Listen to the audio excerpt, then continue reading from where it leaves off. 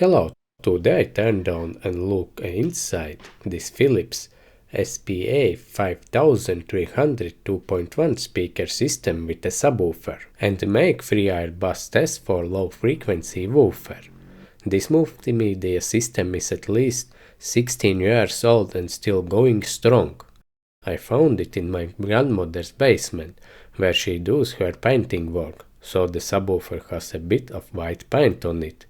The specs show that the system has a total output power of 50 watts RMS. It's cool that this system has external wired control for sound volume.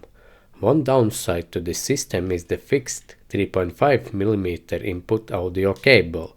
If your system stops working, it can be easily fixed. Also, the speaker RCA jack can easily be replaced if it gets damaged. Just check out my video tutorials.